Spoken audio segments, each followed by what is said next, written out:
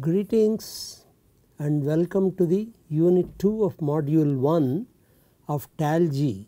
TALG is Teaching and Learning in General Programs. We have looked at in Unit 1 in the current context the colleges or the departments need to design and conduct their UG and PG programs to meet several stated outcomes to meet the accreditation criteria. So, it is required now to meet a stated set of outcomes. And there are many important characteristics of a good graduate should have besides sound knowledge in one or more disciplines. This is what we presented the characteristics of any good graduate. And right now our current unit will mainly try to explore the words education and teaching, because as all of you are going to be are teachers or potential teachers of one kind or the other, one needs to be familiar with the terminology of that particular field. First of all, what do we mean by education, what do we mean by teaching? That is, they are defined informally in this discipline. Why this is necessary? Generally graduates of let us say graduates of a master program or a PhD, they become teachers and they do not really acquire any training whatsoever with regard to teaching and learning processes. What are that is why many of us as teachers end up using words in very sometimes ambiguously, sometimes precisely, sometimes some words are used in an interchangeable manner and so on. In that case, when two of us are talking to each other, then we do not know what exactly we are communicating, because each one can understand a given word in a different way. So, the most important word obviously in education field is the word education itself. Let us look at what that is. Education in its broad sense refers to any act or experience that has formative effect on the mind, character or physical ability of an individual. Anything that you do, like I want to go on a trek, somebody tells you this is what you need to wear, this is what you need to do, and actually go on you trek that. That means this is not happening necessarily in a very formal setting. And also what happens in our daily life as we are interacting with the world through at home with our family members, at the job with our colleagues, or when we go out into the town or travel, we are constantly interacting with the outside world, or you are getting experiences, and those experiences have an influence on you. And so to that extent you are getting educated all the time throughout our lives, right from the day you are born to the death. You are continuously experiencing the external world or sometimes internal world as well, and then you are continuously learning. Then what is education? But now we are looking at education in a technical sense. It is a process by which society deliberately transmits its cultural heritage, that is, its accumulated knowledge, values and skills from one generation to the other. Now the accumulated knowledge has become so vast, we start specializing, okay, or we have started specializing long time back. Now those specializations are becoming more and more, that is why we have more and more formal programs. So education, the way we are referring in this context, is concerned with intentional learning, intentional learning like in schools, colleges and universities. So, school will decide what are the things that you need to learn, and that is the education that we are referring to. Education is intentional learning. Now the issue comes, so somebody else is deciding what is it that you should be learning. So you start asking the question, to educate people wisely we must know what we educate them to become. And this is where, as you will notice, there can be any number of opinions and differences, and the small group of people will make a decision what to teach, how to assess, and maybe majority of the people are not particularly happy with that. So this becomes a kind of a national level dialogue in any country. And as you would notice from the things happening in the last few years, there are continuous changes that are taking place with regard to what to educate and how to educate. So when you come to the what to educate is the issue that you are trying to address, then it is necessary to ask what can be the purpose of life and what sort of life it should be. The moment you ask such a question, it leads to the necessity that to consider education philosophically. Now suddenly it becomes education philosophy. No teacher actually specializes in education philosophy unless you are specializing in only in education, but one needs to be sensitive to that. In what kind of philosophical framework are we really operating? Sometimes if we are not happy with something, one needs to know why are we not happy with that, and if you want to do something, is it appropriate in what context. So educational philosophy becomes important there, but at least one needs to be sensitive. Everyone cannot specialize in educational philosophy. It involves the application of formal philosophy to education. So what is it that we need to know about that?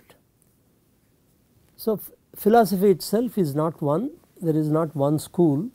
You have, again this classification is again not unique. So one kind of classification is these 5: idealism, realism, pragmatism, existentialism and analysis. This you can say a little more of Western way of classification. One can also look at it from Indian way of classification of philosophies, because in Indian philosophies also are not one, there are many. Now we take one particular one philosophy called pragmatism, because the reason for that is implicitly, because most of our educational practices now have come from the West. So pragmatism is roughly the philosophical framework in which education is being planned and implemented. So what does pragmatism say? It is practical, it is a practical and utilitarian philosophy. Okay, it does not leave some very nebulous questions and say we cannot come to conclusion and so on. It is a practical and utilitarian philosophy. There are no established ideas which will be true for all times. So one is not looking for absolute ideas, and also something will not, it believes, pragmatism believes that something will not be true for all times. Pragmatists want education according to the aptitudes and abilities of the individual. Okay. One pragmatism does not want to enforce the same type of education on all people. Individual must be respected and education planned to cater to her inclinations and capacities.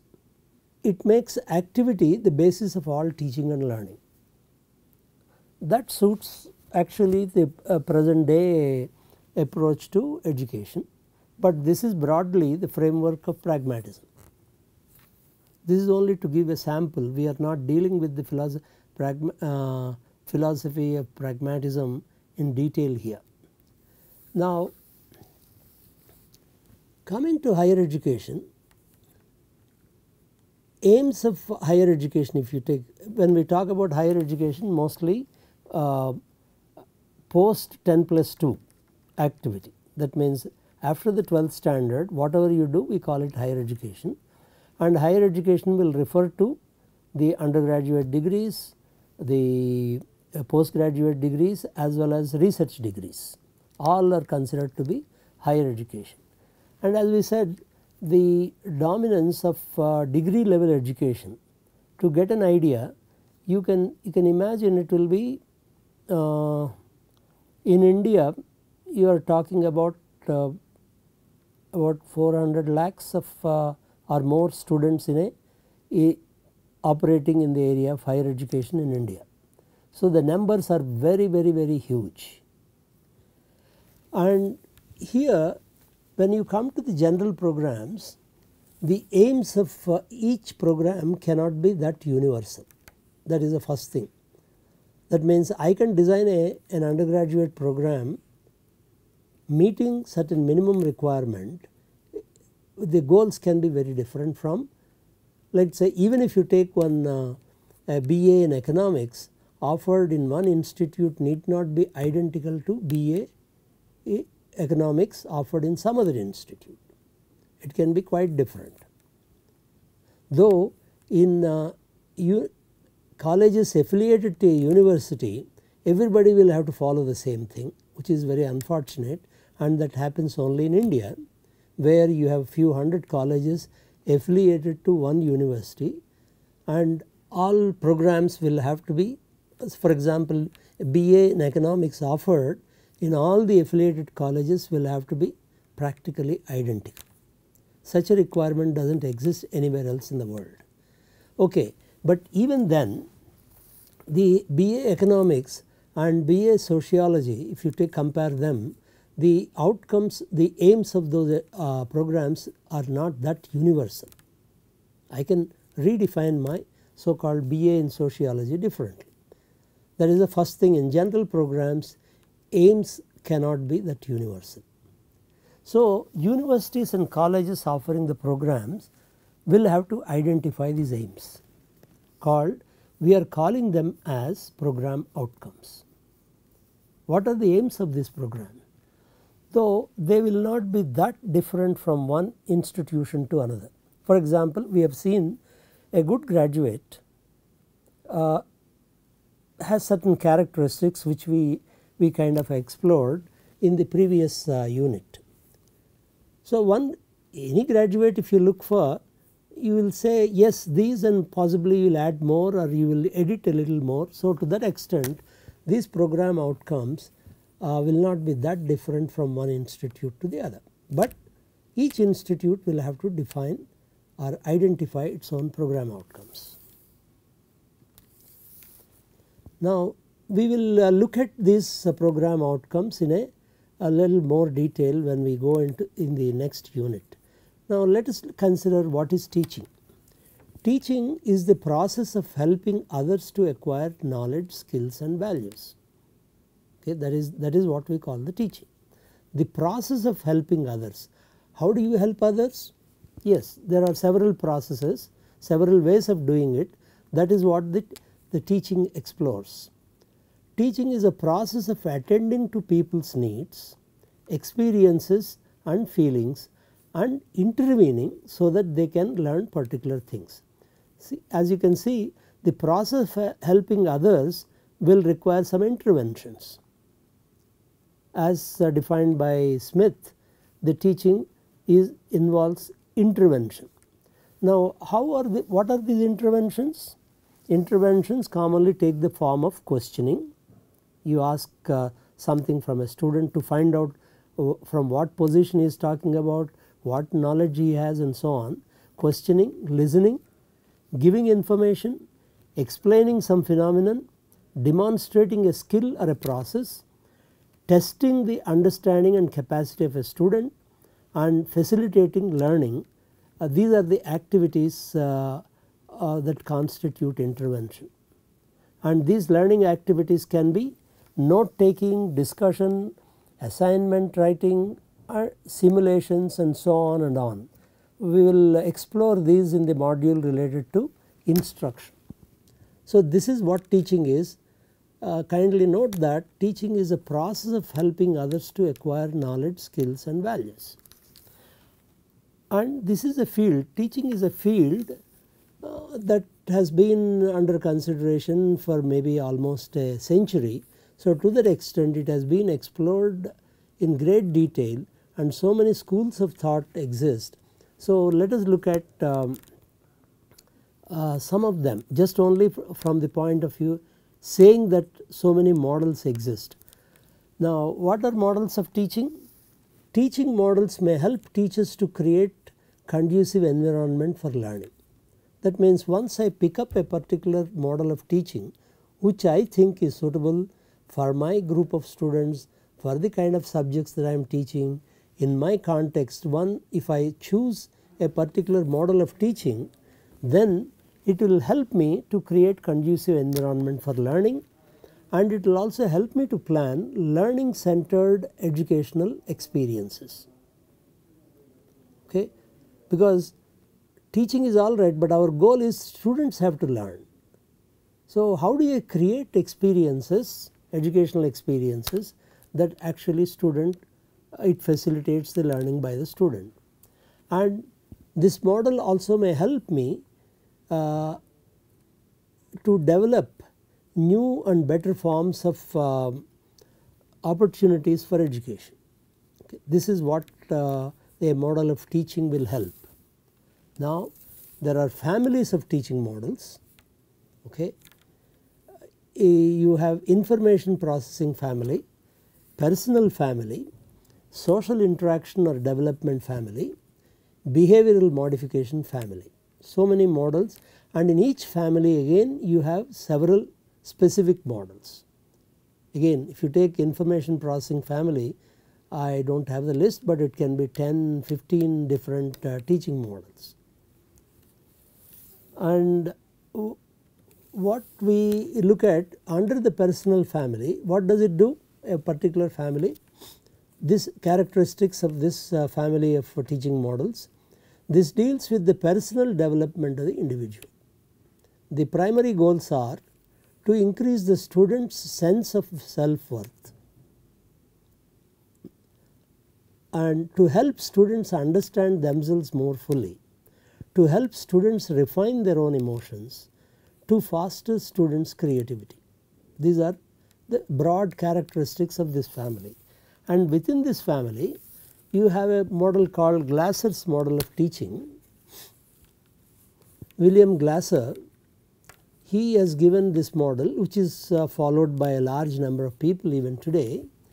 It consists of instructional objectives. Somebody will have to write the instructional objectives and understand the entering behavior of the students. For example, if you are teaching a particular course, the students who are coming to your course, what are their characteristics? What is the level of knowledge they have? That's we call basically entry level behavior of the students. If the entry level behavior is not what you want it to be, then the course, whatever course that you offer becomes meaningless, because the students will not be able to pick up that. And then the actual instructional procedures, and then performance assessment. So, what happens is these are the 4 characteristics of a Glasser's model of teaching, and the kind of model that we are going to deal later, what we call ADDIE, comes very close to this, though the words used are somewhat different, but it comes to close to that. I will call it an instructional model, whereas this is a teaching model. But the success of this model depends on the competency and ability of the teacher in terms of skills like formulation of objectives, use of proper strategies and techniques of evaluation. Unless the teacher acquires this ability, there are several, which are this: you should be able to formulate the objectives properly. And what may happen, you may want to from time to time slightly readjust these objectives, because either the growth in the knowledge of related to that subject or one teacher's own understanding of the subject, or based on the experience I want my students to learn something more specific in a particular way, then I will go back and redefine my objectives. Ability to formulate the objectives is the first skill a teacher must acquire, and then use of proper strategies of facilitating learning. This is where you have endless ways of doing it. There is nothing like one particular way of doing. So the teacher over a period of time should be able to explore different alternatives and kind of settle on the best strategy that is suited for his students and for the particular subject. And more importantly, in the end you have to measure whether the students have learnt or not. Okay, I am doing very well, I am planning all these learning experiences, but has the student really learnt? If so I need to measure to what extent the student has learned, and that is where you require the techniques of evaluation. So what happens is, a good teacher as per Glasser's model should be able to master these three, namely formulation of objectives and selecting a proper strategy, and then must know how to evaluate or how to measure the performance of the student. And now here we will say, again these are exercises which are not actually assignments. The exercises are designed only to sensitize to the many features of education and teaching, not really to master them at this stage, because mastering these is the goal of what do you call, you have programs like B.Ed and M.Ed and so on. We are not doing that, but as a teacher of any particular subject, one should be sensitized to all these issues, though you are not that is not your focus. So give your own reasons why you should be concerned with philosophy of higher education. Why should you be concerned? And select a model of teaching that you consider will help you to plan your teaching the subject you are presently concerned with. As I said, there are dozens and dozens of teaching models. Can you explore this domain a little bit and say pick one model of teaching that you consider is suitable to your course, and please write justification for your choice, maximum 500 words.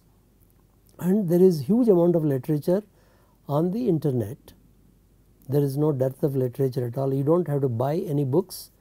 Sometimes even books are available in electronic form free on the net. So related books, please for example, we said there is a teaching models called personal family. Just search for personal family teaching models and learn briefly about it and pick which one is most suitable to your group of students and your institute and your course. And if it is okay with you, you can please share your justification of choice with the instructor at this again mail ID. Now after this we will explain in the next unit again the other familiar words learning, assessment and instruction. And then we also try to convince ourselves or understand the centrality of assessment in facilitating good learning, because both students and faculty somehow consider the assessment is a necessary evil rather than it is central to teaching and learning. That is what we will try to argue, and we will keep saying that about its centrality right through this course on TALG. Thank you very much for your attention.